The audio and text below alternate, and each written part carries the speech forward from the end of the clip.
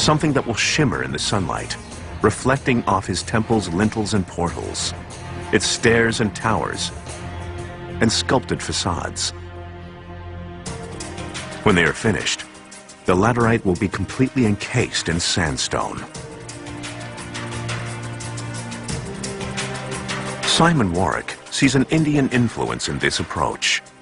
Following from India, where they would find these giant rocks and carve them into temples, not having this situation in Cambodia, it's possible that they seem to create their own monolith by building it first out of rough blocks and then carving it later. So in a way, you're not looking at a dynamic building like a cathedral, but a gigantic sculpture. To find the tons of sandstone needed to complete Angkor Wat, Suryavarman's engineers will travel far to the north to a holy landscape where the Khmer Empire began, the Kulin Hills. Kulin's great cliffs are the source of the rivers, among them the Siam Reap that fertilize the expansive Angkor Plain. They are home to the earliest Khmer temples.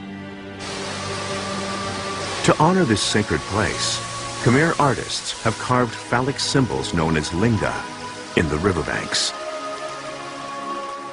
These icons bless the water, imbuing it with power and strength as it makes its way to Suryavarman's kingdom far below. The journey is at least 30 kilometers.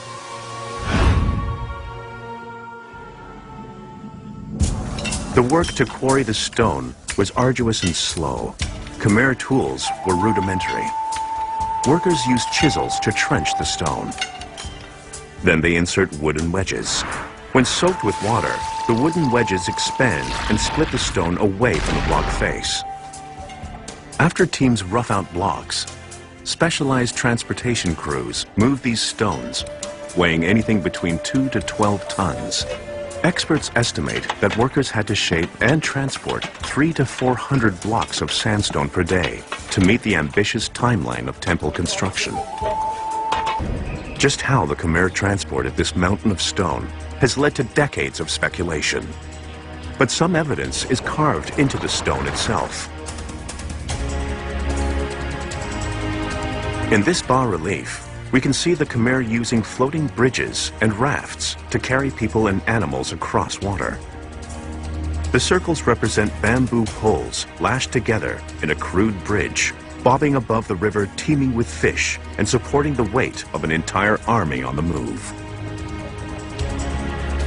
It seems likely that the crews would have loaded the stones onto some sort of barge or raft, which was floated into one of the many channels leading to the temple site.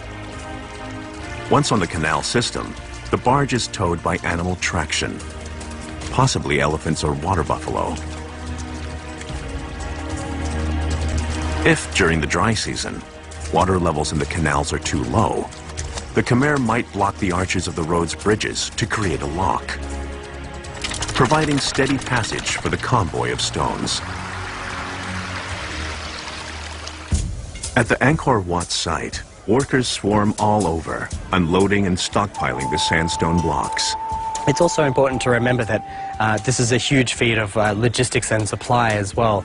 If you were to be standing here 800 or 900 years ago watching this thing being put together, what you would see is just vast armies of people. Elephants, cables, gurneys for placing stones into place, an elaborate system of bamboo and ropes in order to move everything into place and get it into the right spot. The workers hurry to create temple walls from stone blocks, but they now face a new challenge, moving the stone around the site. And the moat once again proves its usefulness. Now it functions as a port. By floating the blocks around the moat, materials can be delivered directly to any side of the site. One of the most commonly asked questions at Angkor is, what are these holes for in the stone? And the answer is they're probably designed so that you could put in a large stake of wood and then moisten it with water so that the wood would then swell up. And then it's easier on each side of the stone to attach ropes. The pegs provide handles for workers to manipulate the stones by hand and ropes.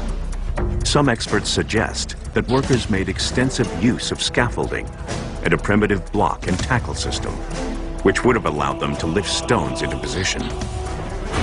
Elephants were also used on the job site to move stones around and provide the brute force to lift the great blocks into position. The combination of great height and enormous stones must have made for a very dangerous workplace. We don't know how many people died, how many people fell off. We don't know the mortality rate. What we do know, though, is that they were building heaven. They were building heaven on earth, and they had all the motivation needed to do that. Surya Varman's objective to build heaven on earth meant that every detail of the construction had to be perfect. The precision with which these enormous blocks of stone are assembled is truly awe-inspiring. The precision is actually perfect, especially in Angkor Wat.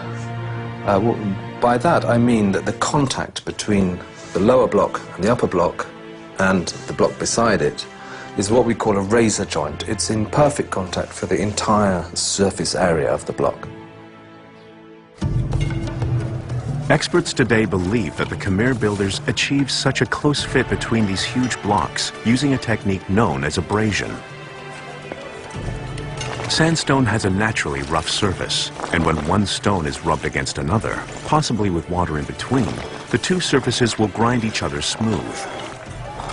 Amazingly, these stones are kept in place by nothing more than stone-on-stone friction seamlessly, securely, and without any mortar or cement.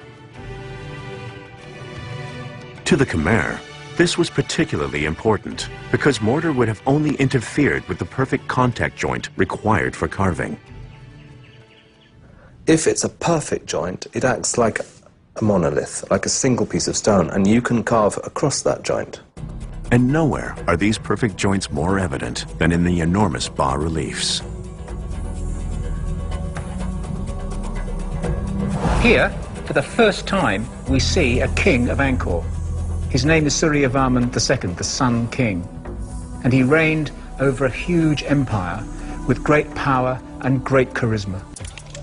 Experts estimate that the carving occupied nearly 1/2 of the 35 years that Angkor Wat took to build.